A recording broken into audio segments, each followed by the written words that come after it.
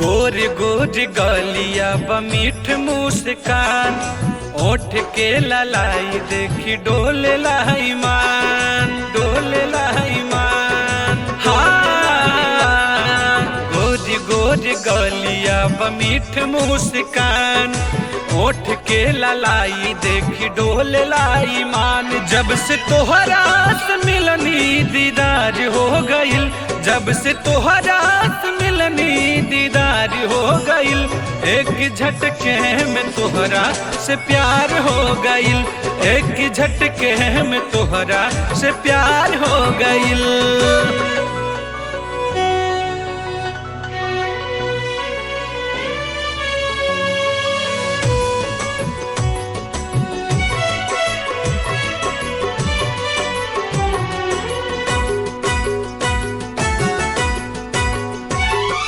कट जाता दिन कसहु कटे नाही रतिया, हर घड़ी याद आवे तोहरे ही बतिया, तोहरे ही कट जाता दिन कसहु कटे नाही रतिया, हर घड़ी याद आवे तोहरे ही बतिया। हमर जिंदगी में गजबे बहार हो गइल, हमारा जिंदगी में गजबे बहार हो गइल, एक झटके में तोहरा से प्यार हो गइल, एक झटके में तोहरा से प्यार हो गइल।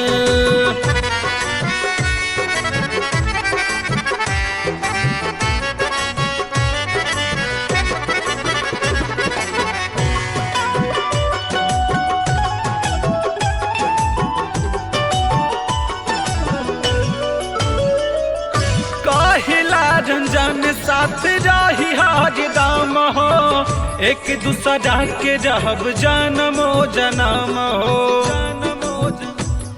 हे जान सुना ना, काहिला रंजन साथ रही हरदम हो, एक दूसरा के रहब जन्मो जन्म हो। ढेर बढ़ल अब इंतजार हो गइल, ढेर बढ़ल इंतजार हो गइल, एक झटके में तोहरा से प्यार हो गइल, एक झटके में तोहरा से प्यार हो गइल।